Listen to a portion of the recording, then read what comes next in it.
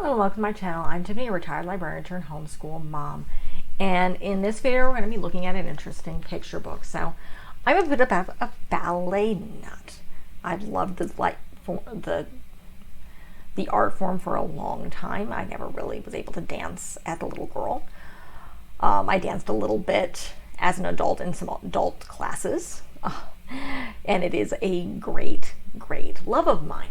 So I'm going to be looking at this book called Firebird. It's by Misty Copeland, who is a renowned African-American ballet dancer. I believe she's still currently with the New York City Ballet Company. I don't think she's at NYB.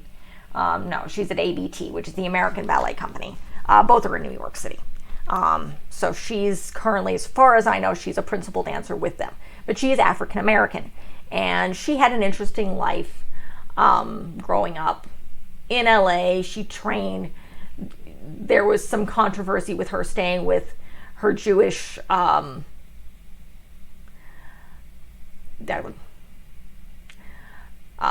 teacher and her family, and her mother wanting her back, and issues with custody agreements and her trying to stand, basically who knows what was going on kind of thing, before she was able to, eventually that controversy happened, and then she eventually was able to become a professional dancer. But again, she's one of the more prominent, well-known African-American principals, which is pretty much the top of the top. She's a prima ballerina, as they might call her, but with the one of most renowned ballet companies, which is the American Ballet Company in New York, the American Ballet Theater, ABT, in New York.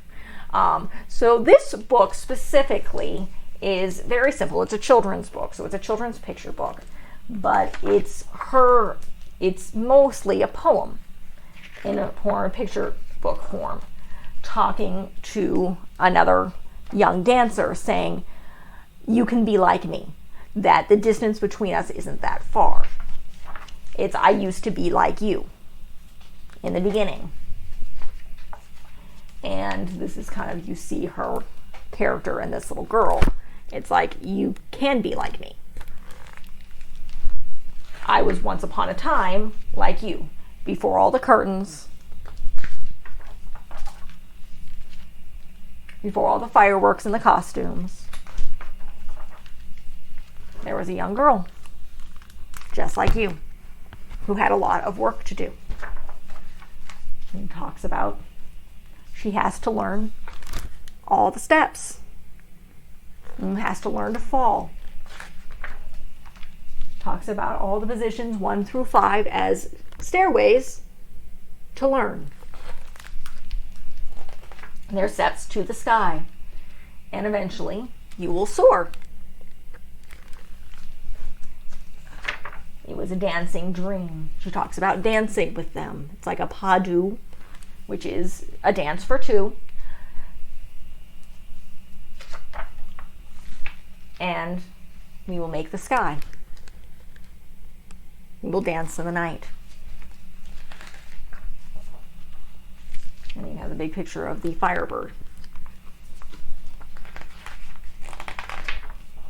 And then it's like, and then we will show others that it can be done.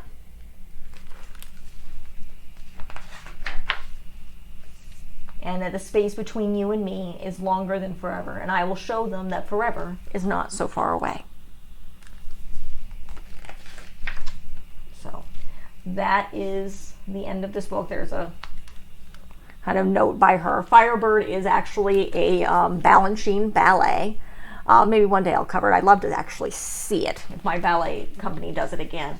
And I have no idea what it's. I think it's a contemporary ballet. But this is a very beautiful book, as you saw some of the illustrations.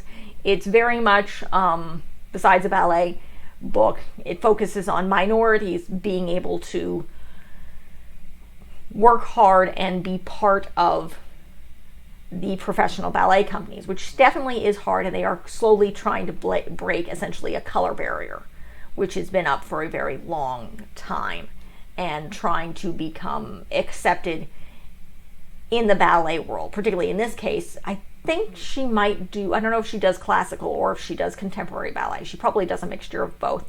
I think ABT is more known for contemporary ballets as opposed to classical balanchine, which is a lot of the story ballets, which is what I would consider classical ballet. Things like Cinderella and Snow White and Romeo and Juliet and Swan Lake and even Nutcracker are all very storytelling ballets. And classical, it's similar to a play, only with mime and dancing. Firebird, I think, might be more contemporary,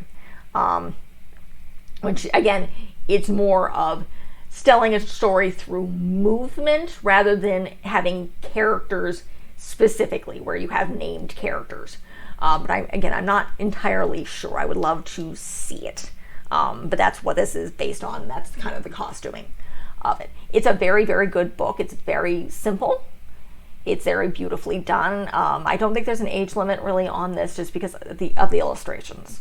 And I always love picture books, even as an adult, just because it's beautiful poetry, and I do like poetry as well. And it has great kind of the illustrations here. Yeah. Christopher Myers is he's the author and illustrator as well. He's a Coretta Scott King honoree. And then of course she does a lot of charitable donations. I think she's doing something more charitable now. I know she's gotten married and had children. So I don't know how much she's dancing right now. I think she's still part of ABT. So, but that's really the end of this video, because this book is not very long. It's still very beautiful. I recommend it for any age, for boys or girls, particularly those of color who want to dance. If you're talking about Misty Copeland's career, if you're talking about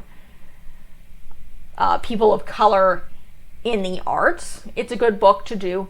Again, it's a general great little book. It's not that long. There's not a lot of words to it. It's very poetry. Again, it's Misty Copeland, in a sense, talking to other young girls who are like her, saying, yes, you can do this. If I can do it, so can you. Though I think she started later in life. I think that's the other big story with her. She didn't really start training and dancing until she was like 13, though she had done gymnastics in the past, I believe is what it was. So, but again, that's what this story is. It's her talking to the next generation, saying, I am here, I am willing to help, you can be like me, which is of course what I think she's doing in real life. So, fantastic book. That's the end of this video. If you like what you see, be sure to check out the rest of the channel. I do picture books, along with a variety of other books of all different grade levels. So, be they fun or educational, I do a lot of multicultural books as often as I can. I think I'm doing this in February. I filmed this is the beginning of October of 2022. You guys will be seeing this sometime, I think, in January, February of 2023. I think it's about January, February. It's probably Black History Month. I do have a tendency to do things for Black History Month in February. That's where this would fit. I'd have to look at my schedule. No, I don't do that now. So, but again, I have a wide variety of stuff besides books and film reviews, fun stuff, educational stuff. I do review sometimes other YouTube channels just because they fit in, and I can't always find films that are complementary to the books I'm covering. So sometimes you end up with that because there's just not enough stuff out there film-wise for me to cover, particularly that's age appropriate for what I'm covering, particularly the age range. Again, I mostly try to do juvenile stuff, though I do have some more advanced stuff. I've covered And a Band Played On, which is an LGBTQ book about the AIDS crisis, and Biko, which is a autobiography about a fighter of the apartheid movement. Neither which of those I would recommend for young children.